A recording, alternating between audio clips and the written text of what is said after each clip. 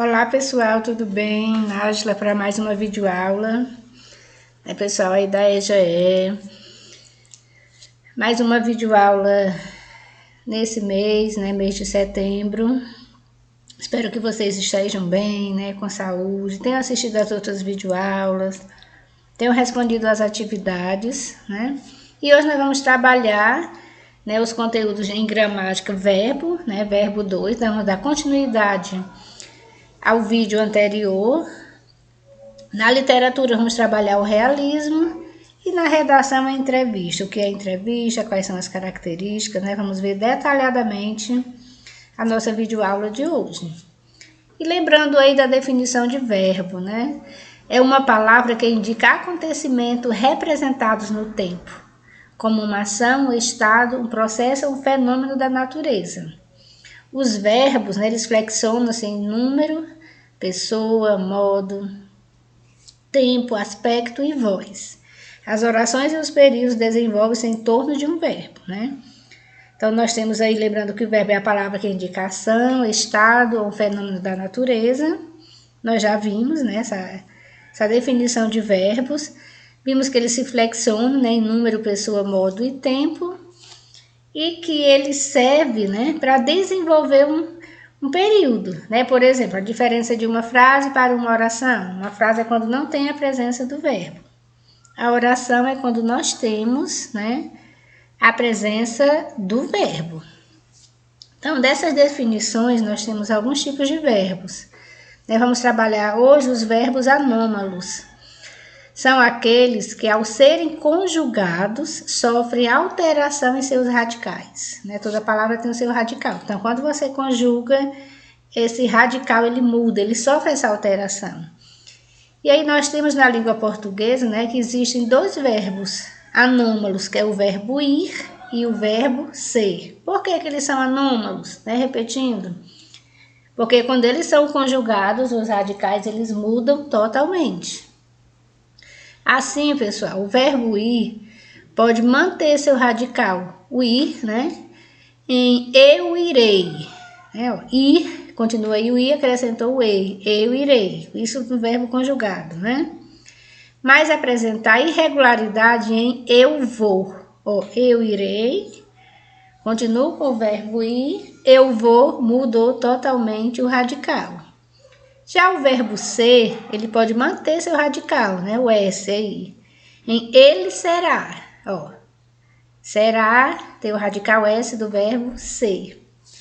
Mas também ele pode apresentar irregularidade em ele é. Eu sou, tu és, ele é. Então, nós temos aí bem claro, bem definido que são os verbos anômalos. Repetindo mais uma vez. São aqueles verbos que, ao serem conjugados, sofrem alteração no radical, conforme nós vimos aí alguns exemplos. E vamos para os verbos defectivos, São aqueles que possuem conjugação incompleta. São aqueles verbos que não podem ser conjugados, em todos os tempos, em todos os modos e em todas as pessoas. Eles podem ser conjugados apenas nas formas arrisotônicas, ou melhor, o que seria isso? Nas formas cuja vogal tônica permanece fora do radical. Então, relembrando os verbos defectivos, são aqueles que não podem ser conjugados em todos os tempos, em todos os modos ou em todas as pessoas. Vejam aí a diferença, de um verbo para o outro.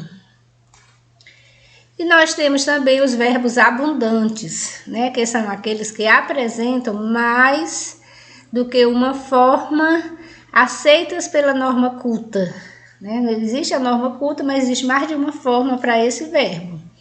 Ele estando no particípio, uma forma também para o regular e uma para o irregular. Por exemplo, abstrair é uma forma usada no infinitivo.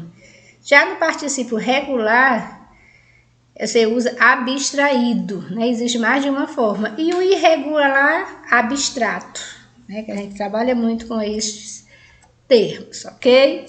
Então, foi a nossa aula de gramática, falando sobre os verbos. E nós vamos trabalhar na literatura o realismo, uma escola literária que vem após o romantismo. Ele foi um movimento literário e artístico, né, que teve início em meados do século XIX na França.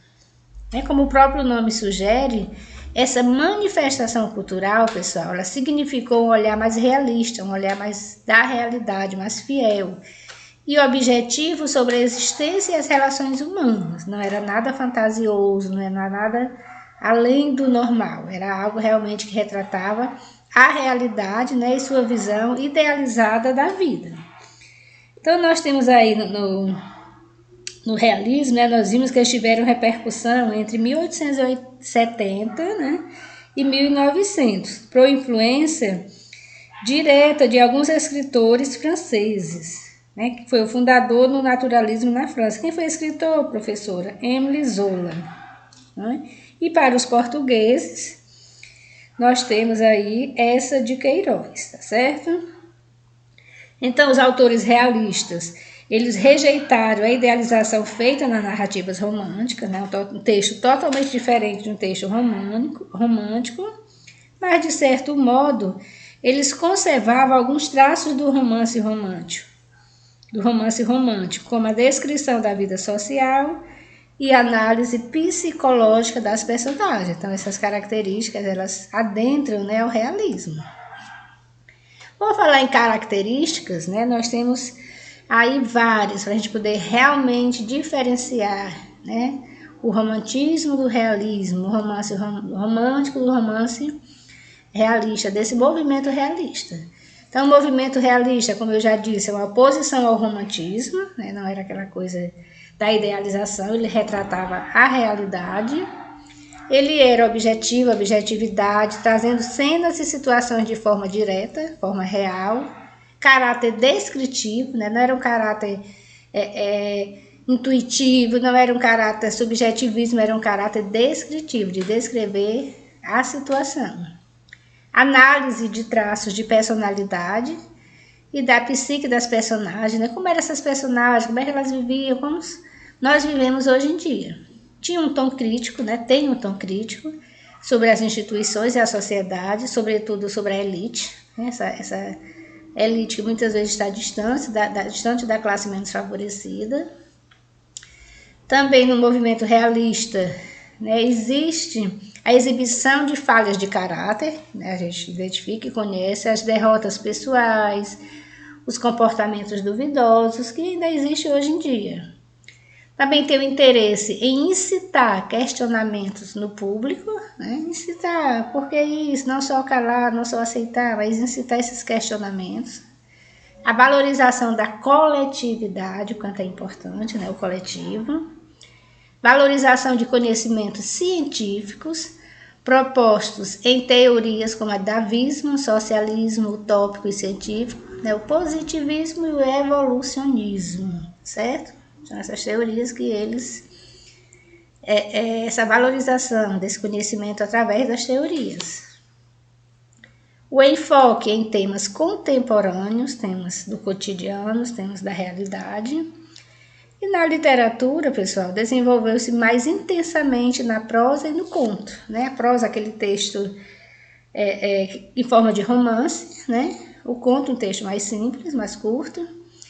E o objetivo também, uma das características, era o caráter da denúncia social. Como é que as pessoas menos favorecidas viviam, né? Como era o perfil da vida delas, como era a vida, como era o sofrimento, como era a parte financeira. Então, para denunciar esse caráter, né? Tudo estava a mil maravilhas, mostrava realmente a realidade. E nós temos aqui agora o contexto histórico, né? Ele é um modelo capitalista, né? E se intensificou. E a classe burguesa passou a ter maior poder de decisão, gerando um aprofundamento das desigualdades sociais. Olha onde é que surgem aí as desigualdades sociais. Com maior exploração da classe trabalhadora, exposta a longas jornadas de trabalho. Não é nada diferente do que temos hoje. Por isso que ele é chamado de realista. Mostra a realidade. É quando ocorre a segunda revolução industrial, né, e o crescimento da urbanização, que é a chegada das indústrias, né, aí veio a poluição nas grandes cidades e os demais problemas urbanos que também enfrentamos hoje. Soma-se, pessoal, a esse cenário avanços tecnológicos importantes, como a lâmpada e o carro movido a gasolina. Olha aí de onde surgiu o carro movido a gasolina, tão conhecido, tão comum, né, que nós utilizamos hoje em dia. Nós temos aí vários autores e obras realistas. Dentre eles, gostaria de citar Machado de Assis, né, de 1839 a 1908. Ele foi um escritor negro. Ele nasceu no Livramento, no Rio de Janeiro, vindo de uma família humilde, né? Machado de Assis estudou por conta própria e tornou-se um dos escritores de maior reconhecimento do país.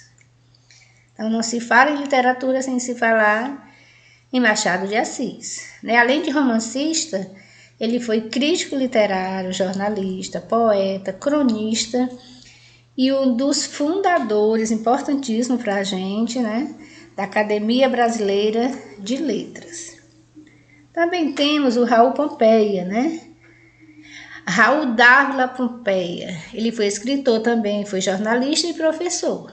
Ele publicou em 1880, né, a obra Uma Tragédia no Amazonas, seu primeiro romance, foi o primeiro romance de Raul Pompeia, né, aí em 1880.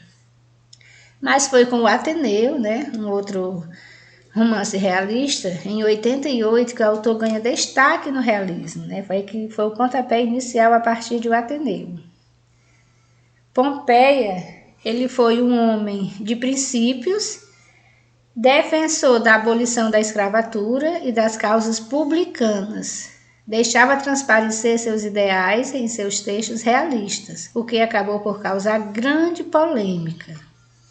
Com uma vida conturbada, né, Raul de Pompeia comete suicídio aos 32 anos, né, em 1895.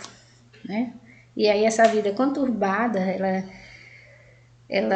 leva para esse caminho, né? O caminho da morte, o caminho do suicídio, né? Das dificuldades. Também temos Visconde de Taunay, né? 1843 a 1899. O nome de batismo foi Alfredo Maria Adriano, né? Descrenoli Taunay. Foi um escritor, foi militar e político brasileiro. Filho de família aristocrata, era defensor da monarquia e teve o título de Visconde concedido por Dom Pedro II, né, em 1889. Mesclando esses aspectos do romantismo e do realismo, nasceu a obra Inocência, excelente, pessoal, leiam, né, eu indico. É a mais conhecida de Visconde de Taunay, uma história assim que a gente precisa ler e conhecer, né, os clássicos da literatura brasileira, ok? Essa foi a nossa aula de literatura. Vamos passar para a produção, né, para a famosa redação, e hoje nós vamos trabalhar a entrevista, né, tão comum em nossas vidas, tão presente, tão essencial, que a gente precisa conhecer, né, até porque a gente passa por diversas entrevistas no decorrer da nossa vida, de emprego, né, na escola, dependendo da sua função, é entrevistado, tá certo? Então, a entrevista é um dos gêneros textuais com função geralmente informativa, né? Ele é vinculado, sobretudo, pelos meios de comunicação. Onde é que você lê uma entrevista? Nos jornais, nas revistas, na internet, na televisão, no rádio, dentre outros. E também, pessoal, existem, né, diversos tipos de entrevistas, dependendo da intenção pretendida. Existe a entrevista jornalística, a entrevista de emprego, como eu já disse, a entrevista psicológica, né, a entrevista social, dentre outras. Elas podem fazer parte de outros textos jornalísticos, como, por exemplo, a notícia e a reportagem, ok? Também muito conhecida por nós. Então, trata-se de um texto marcado pela oralidade, produzido pela interação entre duas pessoas. Claro, para ter uma entrevista tem que ter um entrevistador e um entrevistado, né? O entrevistador, que nós sabemos, é o responsável por fazer perguntas, e o entrevistado, né, é quem responde a essas perguntas. E nós podemos, em algum momento, estar nessas funções diferentes. No momento você pode ser entrevistado, em outro momento você pode ser o entrevistador, ok? Professora, quais são as principais características da entrevista, né? São textos informativos ou opinativos. Entrevista pode dar opinião sobre um assunto, ou pode informar sobre algum assunto. Tem a presença do entrevistador e do entrevistado, é indiscutível, né? Isso aí é de praxe, toda entrevista tem que ter. Não existe uma entrevista só com o entrevistador, só com o entrevistado. A linguagem dialógica, né, e oral, essa linguagem dialógica, ambos são importantes, né? O entrevistador quanto o entrevistado, há essa parceria, essa interação entre os dois. A marca do discurso direto e da subjetividade, né? Aquilo que é de cada um, do pensamento de cada um. E mescla, né, a linguagem formal e a linguagem informal, né? A entrevista realmente ela é da fala. Quando ela é escrita, não é por isso que ela mescla essas duas modalidades de linguagens, tanto a formal quanto a informal. É isso, pessoal. Essa é a nossa aula. Espero que vocês tenham gostado, né? Conto com vocês para se inscrever no canal da escola, deixa o joinha, assistam as videoaulas, vocês vão encontrar videoaulas de todas as disciplinas, de todos os professores da escola. Vamos estudar, né? Porque, como já dizia Buda, tudo que somos é o resultado do que pensamos, né? Então, nós somos aquilo que nós pensamos. O que a gente pensa, a gente coloca em prática, ok? Tudo de bom, tá certo? Boa sorte, boa aula e até o nosso próximo encontro. Beijo!